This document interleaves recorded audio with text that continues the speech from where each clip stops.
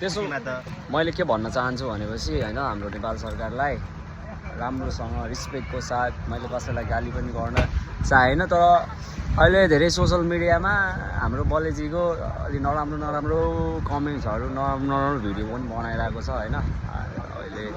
सबैजनालाई भन्न चाहन्छु त्यस्तो चाहिँ नगरिदिनु होला हैन अब यस्तो हो अब त्यस्तो हुने पनि त 1 वर्षको कुराले अहिले आएर केस हाल्न मिल्छ भने त हामीले त लाइफमा के गरेछौँ उसँग हैन त्यस्तोले त सबैले केस हाल्न लाग्यो भने त हामी केटाहरू त सबै खोरमा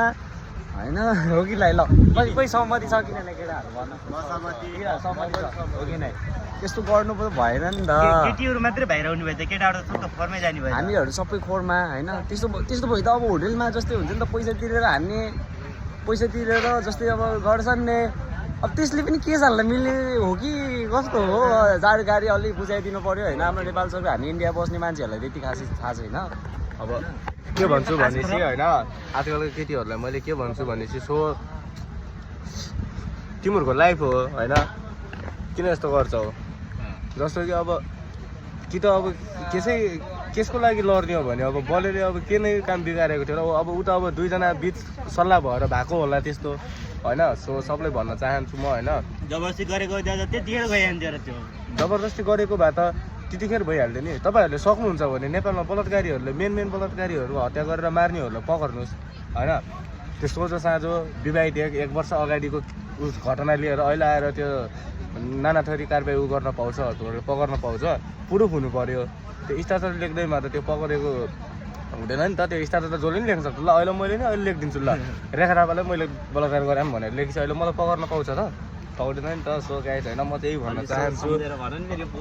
अनि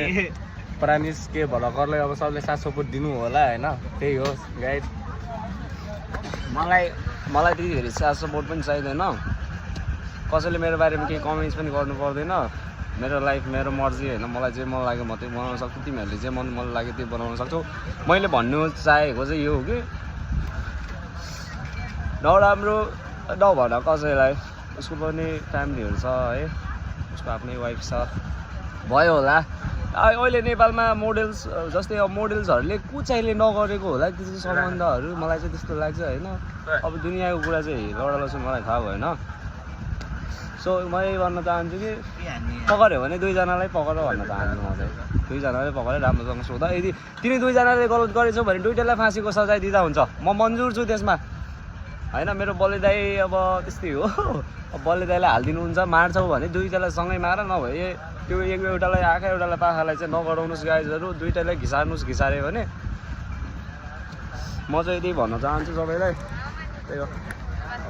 कस्तो लाग्छ मेरो भ्लग हेर्नु मलाई हेर्नुहोस् नहेर्नु मलाई नहेर्नुहोस् स्किप गरेर जाँदा हुन्छ होइन म चाहिँ अरू भ्लगको जस्तो होइन त्यो फलोवर्सको लागि लडालसु गर्ने सो मैले चाहिँ त्यही भन्न चाहन्छु म चाहिँ बलेदाइलाई एकदम धेरै रिस्पेक्ट गर्छु त्यही भएर मलाई नराम्रो कमेन्ट्सहरू देखेँ त्यही भएर भनेको गाइज नराम्रो नमान्नु होला त्यही हो स्वागत छ so watching for you my video अनि त्यही हो एकदम नराम्रो कमेन्ट्सहरू देखिरहेको थिएँ त्यसको बारेमा मलाई पनि मैले चाहिँ यसो फलोवर्सको लागि चाहिँ यस्तो गरेको होइन सो नर्मली भनेको त्यो मलाई अलिक नराम्रै म उसलाई पहिल्यैदेखि चिन्छु मात्रै थिएँ यार पहिल्यैदेखि चिन्छु उसलाई होइन so I am respect that उसलाई किन त्यस्तो बनायो होला भन्न चाहन्छु म चाहिँ हाम्रो यी पब्लिक्सहरूले नै यस्तो बनाएको हो उसको लागि लाइफमा